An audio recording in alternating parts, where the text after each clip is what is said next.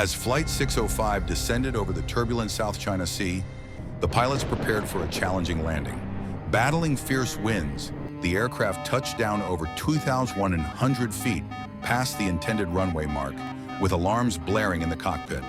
The captain took manual control in an attempt to stabilize the plane, but the first officer struggled to assist, escalating the crisis. To make matters worse, the brakes malfunctioned, and the plane began to veer off course. In a desperate maneuver, the captain turned the aircraft, causing it to skid off the runway and into the water. What happened next? Stay tuned until the end of this video to uncover the full story of China Airlines Flight 605. The flight on November 4th, 1993. China Airlines Flight 605 is a non-stop flight that departed from Taipei at 6:30 a.m. and will arrive at Kai Tak Airport in Hong Kong at 7 a.m. local time. There are 374 passengers and 22 crew members on board.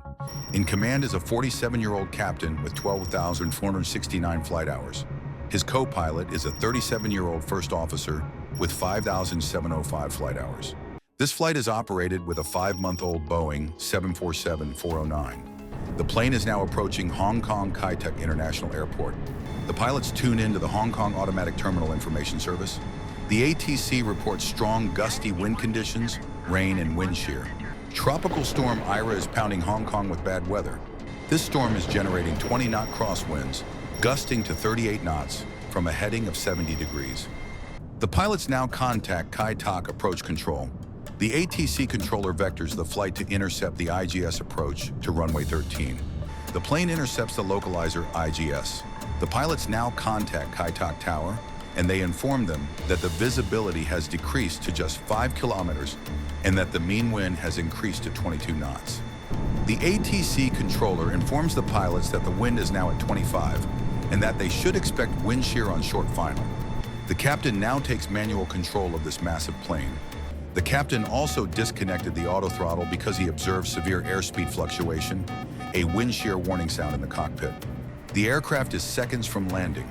The plane touches down and the pilots notice that the auto brakes have disarmed. Brakes are not working at this point. The first officer informs the captain that the auto brakes are not working and that the reversers didn't deploy correctly. The captain now applies the thrust reversers and manual brakes. Seeing that the end of the runway is near, the captain deliberately turns the plane to the left. The aircraft overran runway 13 at Kai Tak Airport, and this caused the plane to spin around and slide off the left side of the runway into Victoria Harbor.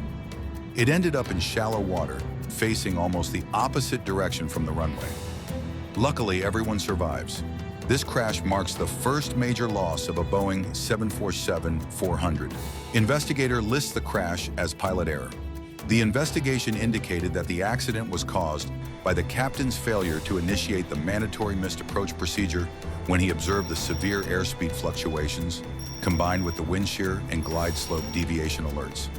The captain was also criticized for failing to inform the first officer on his actions during the approach.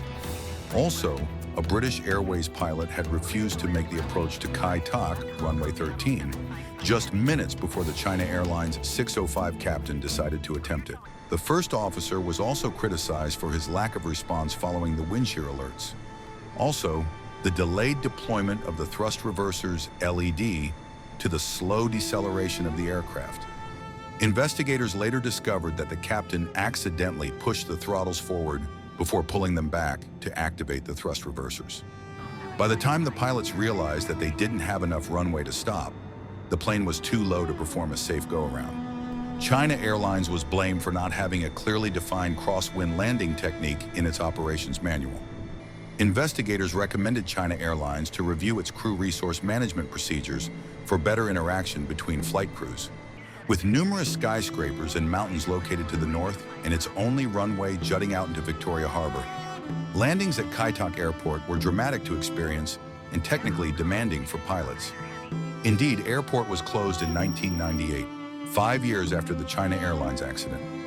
Following the accident, the incidented aircraft was written off. The China Airlines lettering and Chinese characters were removed, as was part of the livery on the fuselage, to conceal the identity of the aircraft as belonging to China Airlines. What do you think could have been done differently to avoid the crash? Do you believe the weather played a bigger role than pilot error? Let us know your thoughts in the comments below. Don't forget to like, subscribe, and hit the notification bell for more fascinating aviation stories.